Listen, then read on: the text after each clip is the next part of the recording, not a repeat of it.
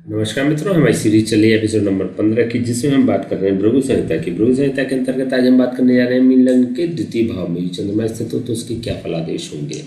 प्रथम भाव में 12 नंबर का मतलब होता है मीन लग्न, और मीन लग्न में चंद्रमा पंचम भाव का स्वामी होता है। पंचम भाव का स्वामी होकर जब ये अपने स्थान से दशम स्थान और कुंडली के द्वितीय स्थान में स्थित हो जाता है तो ये मिश्रित फल प्रदान करने वाला ग्रह बन जाता है। देखिए, हमें बात कर रही थी चतुर्थ भाव, सप्तम भाव और दशम भाव, ये तीनों ही केंद्र भाव होते हैं। त्रिकोण भाव पंचम भाव और नवम भाव होता है, मतलब नवम और पंचम भाव दोनों ही ये त्रिकोण भाव होते हैं। त्रिकोण भाव का स्वामी जब द्वितीय भाव में स्थित होता है, एक मारक के भाव में स्थित होता है, मार्केश में स्थित होता है। देखिए, हमने लघु पारश्री में बात कर चुके हैं कि अष्टम भाव मृत्यु स्थान होता है, और अष्टम मतलब तृतीय स्थान भी मृत्यु स्थान होता है। इन दोनों के ही द्वादश स्थान मतलब द्वितीय स्थान और सप्तम स्थान दोनों ही मारक भाव होते हैं। तो यहाँ पर पंचम भाव का स्वामी मारक भाव में बैठ रहा है, हालांकि यह अपने मित्र की राशि में स्थित हो रहा है। यहाँ पर मेष राशि है, मेष राशि का स्वामी होता है मंगल, और चंद्रमा और मंगल एक दूसरे को परस्पर मित्र भाव से देखते हैं। तो देखिए, ये धन की स्थिति तो बेहतर कर देगा, क्योंकि चंद्रमा और मंगल का कभी भी कॉम्बिनेशन बनता है तो ये एक लक्ष्मी योग का निर्माण करने वाला बन जाता है। तो यहाँ पर एक विशेष और शुभ बात यह भी है कि यह मेष राशि पर चंद्रमा स्थित हो रहा है, द्वितीय भाव में स्थित हो रहा है। द्वितीय भाव होता है धन का भाव, धन प्रदान करने वाला होता है, धन की सेविंग को बढ़ाने वाला होता है। देखिए, धन संचय का एग्जैक्टली भाव होता है द्वितीय भाव, धन की सेविंग को यह भाव बढ़ाने वाला होता है।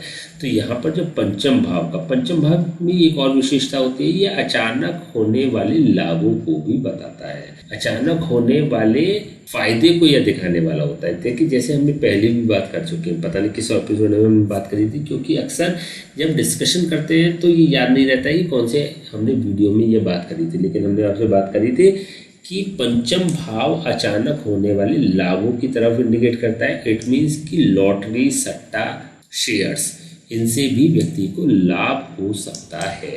तो ऐसी स्थिति में यह पंचम भाव मतलब बेसिकली यह लॉटरी और सट्टे का भाव भी कहा जाता है। और आज के परिप्रेक्ष्य में देखें तो शेयर भी इसका एक सुधरा हुआ रूप है, क्योंकि लॉटरी और सट्टे को एक नेगेटिव वे में लिया जाता था। आज के परिप्रेक्ष्य में देखें, जब तक यह शेयर इन्वेस्टमेंट चल रहा है तब तक तो ये कह ही सकते हैं कि ये पॉजिटिव है। हालांकि पंचम भाव से संबंधित जो सोर्स ऑफ इनकम होती है वो रिस्क टेकिंग वाली होती है, रिस्क लेने वाली होती है, तो उसको लॉन्ग टर्म में बहुत अच्छा नहीं कहा जाता है। समय के साथ साथ उसकी परिभाषाएं बदल जाती हैं। लेकिन फिर भी आज के परिप्रेक्ष्य में देखें तो पंचम भाव का स्वामी यदि तृतीय स्थान में बैठता है, अपने से दशम भाव में बैठता है, तो व्यक्ति का जो प्रोफेशनल वर्क होती है कहीं ना कहीं अचानक होने वाले लाभों की तरफ इंडिकेट करती है। जैसे मैंने बताया, लॉटरी, सट्टा, शेयर, इनसे संबंधित या और भी अन्य जो साधन होते हैं उन सभी को यह इंडिकेट करने वाली होती है। देखिए, पंचम भाव होता है संतान का, पंचम भाव होता है विद्या का। यदि विद्या की बात करें, छठे से लेकर 12th तक की एजुकेशन की बात करें तो एक अच्छी एजुकेशन व्यक्ति प्राप्त करने वाला होता है।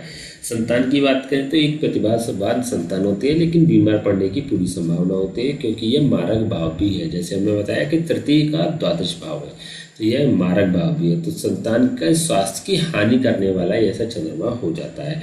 माता के स्वास्थ्य की भी हानि करने वाला हो जाता है ये चंद्रमा, क्योंकि यहाँ पर चंद्रमा माता को भी इंडिकेट करता है, माता के सुख को भी इंडिकेट करता है। वह भी द्वितीय स्थान में है, तो व्यक्ति की माँ को शारीरिक कष्ट होने के पूरे सिम्टम्स यहाँ पर नजर आते हैं।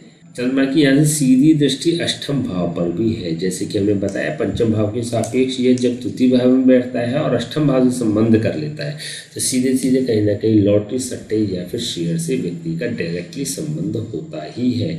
तो देखिए, यहाँ पर यह लाभ को प्राप्त करने वाला भी होता है, बड़े नुकसान उठाने वाला भी होता है, क्योंकि चंद्रमा यहाँ से सीधी दृष्टि अष्टम भाव पे दे रहा है। तो ये यहाँ पर इसकी एक अशुभ राशि भी है, एक शत्रु राशि भी है। तो हालांकि यहाँ पर नुकसान बड़ा नहीं होगा और व्यक्ति बड़े रिस्क भी नहीं लेगा। बहुत कैलकुलेटेड गेम खेलने वाला ऐसा व्यक्ति होता है, तो बहुत रिस्क टेकिंग वाली उसकी आदतें नहीं होती।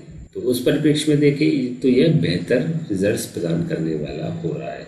यहाँ पर चंद्रमा जो द्वितीय स्थान से अष्टम स्थान पर दृष्टि भी डालता है तो यह व्यक्ति की उम्र को बढ़ाने वाला होता है। देखिए हमने बात करी थी सूर्य और चंद्रमा राजा और रानी है ग्रहों में, इनकी जो दृष्टि होती है वो कल्याणकारी होती है, कल्याण करने वाली होती है। तो यहाँ पर जब ये अष्टम भाव पर दृष्टि भी दे रहा होता है तब भी यह अष्टम भाव मतलब उम्र को, व्यक्ति की आयु को बढ़ा देने वाला होता है। चंद्रमा होता है चतुर्भाव का कारक। चतुर्भाव होता है वाहन, भूमि, भवन और मकान से संबंधित, माता के स्वास्थ्य से संबंधित, माता से संबंधित, माता के सानिध्य से संबंधित। चतुर्भाव होता है जनता का कारक भाव। चतुर्भाव होता है वाहन का कारक भाव। तो बहुत सारी चीज़ें जो सांसारिक भोग की उपलब्धता के अंतर्गत आती है उसका भी कारक भाव चतुर्थ भाव ही होता है। तो यहाँ से चतुर्थ भाव के सापेक्ष यदि बात करें तो यह चंद्रमा 11th हाउस पर स्थित है, 11वें भाव पर स्थित है, लाभ भाव पर स्थित है। तो जब यह चतुर्थ भाव के सापेक्ष लाभ भाव पर स्थित है तो चतुर्थ भाव को लाभ प्रदान करने वाला यह बन जाता है। तो व्यक्ति का जो अर्निंग होती है उसका मैक्सिमम जो कंजम्पशन होता है वो चतुर्थ भाव के जो कंटेंट्स होते हैं उसको डेवलप करने में लग जाता है। जैसे वाहन ले लिया, जैसे भूमि ले ली, जैसे मकान ले लिया या फिर और कोई भी साधन होते हैं उस पर यह व्यक्ति खर्च करने वाला होता है। देखिए बेसिकली कहते हैं कि भोग के साधन पर व्यक्ति का जो प्रभाव होता है वो वर्चस्व होता है उसके स्वभाव पर। तो ऐसे में थोड़ी सी अगर सैलरी बढ़ गई या एक नई इनकम शुरू हो गई तो उनको गाड़ी लेनी होती है, गाड़ी के बाद भोग के अन्य सामान लेने होते हैं, जैसे रेफ्रिजरेटर हो गया, जैसे वॉशिंग मशीन हो गई, या फिर अपने रूम को, बेडरूम को बहुत अच्छे डेकोरेट करके सजा लेना। तो इन चीज़ों में ऐसे व्यक्तियों का खर्चा होता है।